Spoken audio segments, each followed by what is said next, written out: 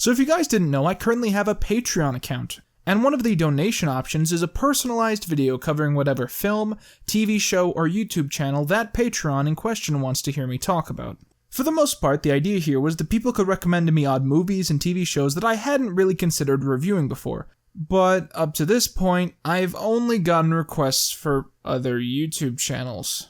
My most recent request came from a patron called JMAA, who has been extremely supportive of my channel. JMAA wanted me to review his channel. Technically, I, in my long description of this tire, had never once told people not to do this. Apparently he saw this as an opportunity to hear constructive criticism from one of his favorite YouTubers. Okay, let's be fair. Apparently he saw this as an opportunity to hear constructive criticism from a YouTuber. And hell, I figured that since JMAA has been such a good sport, I would answer his request for some good old honest constructive comments. But I did change the description, so this is only happening once. JMAA Music has a lot of videos. A lot of videos. He's been at this for over 7 years, which is just about as long as his evil counterpart PewDiePie. And so I just wanted to clarify that I obviously am not going to be able to watch even a small scratch of the label that covers his content. Not just because it would take me forever to watch all of these videos, but more importantly because he's asked for constructive criticism. If I wanted someone to give me constructive criticism on how to make better reviews, I wouldn't want them to start with Prisoners of Time #1. You probably wouldn't be surprised to hear that JMAA Music has evolved a lot since his early days on YouTube. His main practice doesn't even really revolve around music anymore, which relieved me quite a bit because I have no idea how I would even start to analyze why some internet music amuses me and why some doesn't. So JMAA's current gimmick is that he's giving his throw at being a commentary/review channel, which is what I am, I guess. That's what I've been told anyways. So I've seen quite a few of his drama and review videos so far, and at best they've been just crazy enough to be sufficiently amusing to justify a viewing session. And at worst, they've been top 3 best and worst games of 2016. I can imagine how is that going to turn out for Konami. Maybe they'll eventually learn too. This game is not obviously higher in the list due to the fact that, well, it's EA. You can't expect any good from EA. JMAA Music and his style of analysis throughout this video reminds me a lot of the content creators that were hosted on ThatGuyWithTheGlasses.com during that site's glory days. That's not a compliment. That's an insult. I grew up on content from ThatGuyWithTheGlasses.com, but when I did watch a lot of the creators on that site, I was a literal child. Since then, my tastes have evolved and I've grown up a bit. Honestly, the only content creators that I still watch today are those that have evolved with me to make sort of more intelligent stuff. And a lot of newer channels that use the same archaic 7-year dead style bore me to the point that I wouldn't really pay much attention to them if they hadn't been paying me like $1 billion to do so. A lot of you probably weren't around in the heyday of ThatGuyWithTheGlasses.com, so you don't really understand what I'm talking about. Well, you know how a CinemaSins video isn't meant to be real analysis, and it isn't meant to represent if a movie is good or not, but is instead supposed to be just the creators messing around for an extended period of time? Like, it's not meant to be real critical beliefs. It's just a bunch of dings. We'll take a CinemaSins video, cut it up a bit, and then pretend that it's a real review. EA Games, ding. Konami, ding. Pokemon Go, ding. So I'm not really a gamer, so I can't really critique your style from the point of view of someone who has played a lot of these games that you're talking about. But I have watched a lot of people who analyze games, so I can critique you on that level. I didn't really walk away from this video knowing that much about these games or what they represent. Your analysis of the first game is basically like, there are a lot of good things in game. Looks real, feels real, is fun, EA Games, bad game. Like, dude, expound. Please.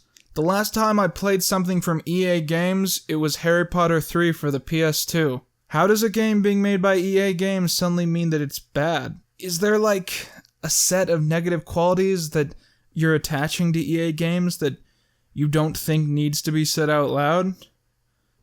It does. This video is also organized really strangely. Usually when people do videos where they go down both the best and the worst things from the year, either they make them separate videos, or they go at it numerically. So you could do the worst first, and then the best. As in like, -1, -2, -3, 3, 2, 1. but instead he'll do one good thing and one bad thing at a time. So he does 3, -1, 2, -2, -3, 1. It's really disorienting, and it doesn't feel extremely natural. Pokemon Go. What? So I'm not a gamer, like I said, but I can't take seriously the idea that Pokemon Go was one of the worst games of the year. I think it's a game that JMAA wanted to talk about, and I think that's why he put it on the list. A lot of YouTubers fall into that trap of believing that the thing that they have the most witty retorts about has to be the worst, when instead the thing that's the worst often comes down to something that's a little harder to explain. I comprehend that some people think that a fictional product being more popular somehow means that it's automatically worse. I don't watch those people. Batman v Superman was bad. It doesn't deserve that many Razzies. Pokemon Go isn't perfect. It's a cell phone game that's free. Oh, there are a lot of clickbait videos about it on YouTube. Well, I guess that's true. Your point's valid again, whatever. It really bothers me that numerous times throughout this video, JMAA will talk about how a game was overhyped, as if that's his supporting argument. But to me, it's kind of the opposite.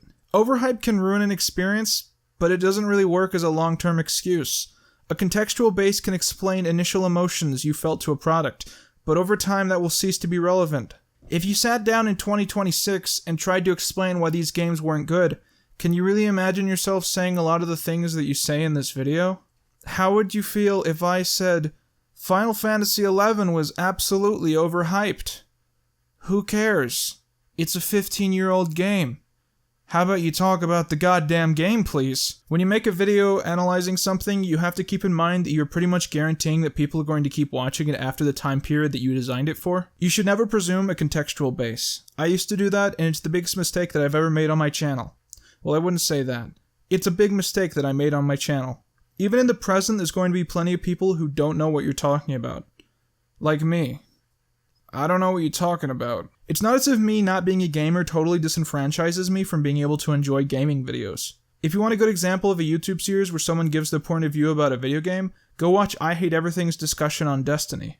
That series is great because he makes you completely understand each and every piece that doesn't work. Why the story bores him, why the content bores him, why the voice actors bore him, why the gameplay bores him. And more importantly, he discusses the game he wanted out of Destiny, and he's open to the fact that by the end, he has a slight bias. One of the games analyzed by JMAA here is No Man's Sky, which my sister actually has, and she plays a lot. Well, she did. She played a lot for like 2 weeks. And from what I've seen, and my sister's going to disagree with me on this, the main fault in the game seems to be that it's a lot like Minecraft, but instead of collecting tools to build stuff, you're collecting tools to stay alive, which makes it feel more like a shitty minimum wage job that you were never properly trained to do in the first place, rather than a game that you would do in your free time. And JMAA, for a brief moment, goes into how the game gets boring because of repetitive coding, and then he talks about the developers. Yeah, that's part of the puzzle, but then he doesn't even really do a good job of explaining why I should be mad at the developers. What did they do? What did they promise? I know this stuff is out there. I've heard mumblings of people explaining this stuff. How am I supposed to agree with you if you haven't even properly told me what your opinion is? So this was one of the first videos I saw from him, and I kind of presumed that he had a lot more like that out there. He sorta doesn't. So JMAA's next significant video is him making fun of a lazy that guy with the glasses video game reviewer. I'll be straightforward, I found this video to be a lot more satisfying than his game review video. It partially stems from the fact that as a style of video making, it's a lot easier to write a natural script making fun of something rather than literally analyzing it. I'm not saying the video is worth less, I'm saying that it works more. How To January is cool because so far at least one of his videos has been about content which I don't see regularly mocked for some odd reason. It also mainly works because you go into it not knowing what to expect, and since it is so unhinged as a style of discussion, there are a lot of curveballs that he can pull out to surprise his audience with. I think the content that has the most potential on YouTube is always going to be the stuff that I couldn't imagine making myself. The interesting thing is that I do find myself disagreeing with a lot of what he says in the video. He's very condescending to the idea of any gamer who reviews a game without playing it all the way. He kind of insults people who aren't very good at games or something.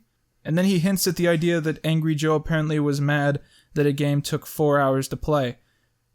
But he doesn't show the full clip, so I don't even really know if he's lying or not. But the thing is, that style of a snappy, fast-paced joke opinion video allows for a lot of leeway in terms of minor nitpicky things, as long as the topic is rather inoffensive. That's why Grade's videos about going to the barbershop are kinda funny, and why Grade's videos about Hillary and Trump are absolutely unwatchable. The only core problem with How To January is that you're going to pretty quickly run out of channel types to talk about.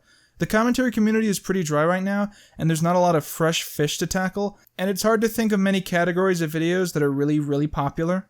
There's a reason that the most popular drama podcast has been spending the last several months discussing itself, because there's pretty much nothing else to talk about. Also, I think it would be hilarious if you kept doing these videos, so could you release a How To January in March or something? I'll be honest, a big problem that I come across with JMAA music myself is that he talks a lot about stuff that I'm just not personally interested in. Yeah, I know, I'm being hypocritical, but hear me out. You know that thing you do where you find a channel that you like, and then you try to go back further into their content, but then you hit that point where their videos are either too old or too different for you to really want to click on? I think JMAA's channel is evolving as I write this video, so it doesn't take as long a time to hit that solid layer of crust where it feels like you're scrolling past something that doesn't really represent his channel anymore. Perhaps that'll change as he develops more of an identity, but I do find it hard to justify clicking on videos about Magic the Gathering or the 2016 election. Don't tell me about that shit. I live that shit. Jesus Christ, here's a video about prank channels being fake. Man, that was trending like forever ago. Wait, this was posted last week. I guess JMAA is more of someone who talks about drama rather than someone who talks about games or movies. And if that's the sort of content he wants to make, I wish him the best of luck. But the real reason I don't make these sorts of videos all the time anymore, despite them being extremely popular, is because there's now so many people in this game trying to duplicate the success of people like H3H3 or iDubbbz, that there's not a lot of stones left unturned to the site. Even a video that was once somewhat original now seems like something especially non-unique. Most JMAA drama videos either tend to cover topics that quickly become so over-discussed that they no longer are interesting to hear about, or topics that I've literally never heard about. There's a sweet middle area between those two polar opposites where your best videos are likely to come from. But nothing is happening in the commentary community, so you might have to wait that one out. And it's here that I run out of the main content that I imagine JMAA is trying to make from here on out, and from this point forwards I must now direct my attention towards some of his older videos. Specifically, the YouTube Inferno Saga. I hate these. You guys remember that response video that Leafy made to iDubbbz? You know, the one that kind of put me on the map? Okay, now, do you know all those terrible grade drama videos that I hate? You know, the ones that kind of put me on the map. YouTube reminds me of the worst mixing of those two things. One thing that these sort of new wave commentary channels have tried to do for a while is to make a style of video where they give analysis that sounds like they mean it, but then they clarify that it's a joke or I was playing a character. A lot of the time, this isn't really meant to justify anything really outrageous or silly, the kind of stuff you do during a character bit. Instead, it's used to explain why their analysis is terrible. Like, oh, I used a bunch of logical fallacies, but it's a joke, so don't worry about it. Ha! You'd figure that JMAA would not do this, because he makes fun of people for doing this. If you play a character in your videos as well, just let the character read you entirely so you blur out the line of what's a real personality and what's not real. So you even act more like a complete asshole. Then he does it. Oh man, geez, I do not like this PewDiePie video you did. I want to, but it's pretty bad. Full disclaimer, the reason that I know that this analysis is bad is that I watch PewDiePie a lot. Saying that out loud has either made me lose or gain subscribers, I'm not really sure. But knowing who PewDiePie is nowadays, and recognizing the sort of content that he makes and seems to enjoy making, is important to understand why anyone watches him. And how did he become viral thanks to his highly impressionable audience? And by that, I mean literal fucking children. Oh no, PewDiePie's fans are children.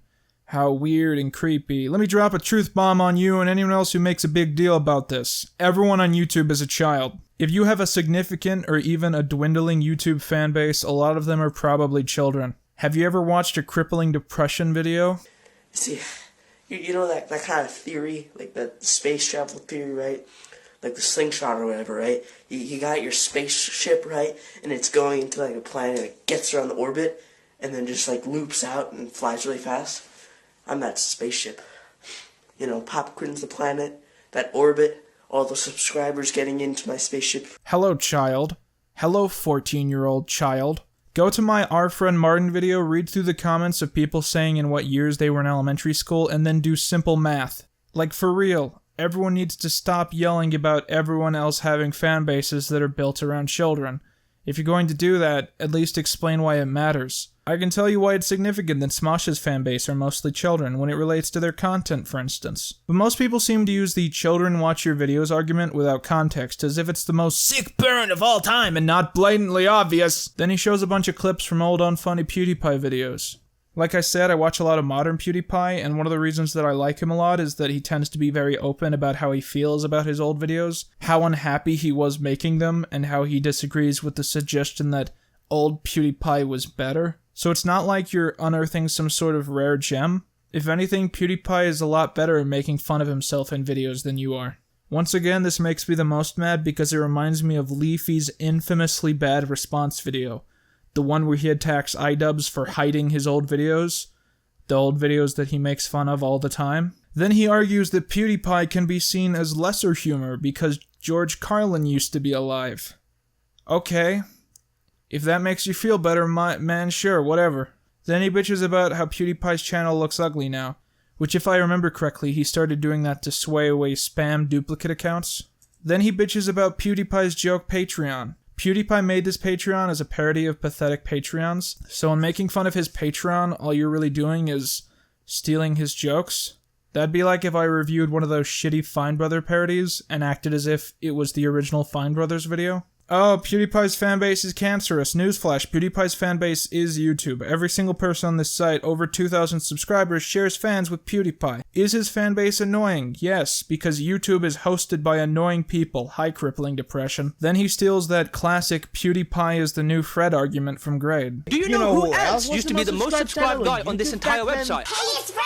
Boy, is that my favorite argument of all time. JMAA does have a bit of an identity problem. A lot of his script moments I remember hearing from other big YouTubers, and I see that he's posted at least one video apologizing for stealing other people's jokes by accident, plus that pointing pose looks familiar. GradeA's video about how YouTube is broken is one of the most boring things that I've ever forced myself to watch in my entire life. Why would I want to see someone else read the same script again word by word, but with much less talent? A guy fucking a girl with a camera right into the girl's pussy so you can see the full cream pie in motion. I find accidental comedy stealing is more natural than you'd otherwise presume. I used to do it a lot in my early days, not substantially, but occasionally. Jokes tend to be constructed out of composited pieces, and when you hear a joke sometimes it falls into the back of your mind and breaks apart.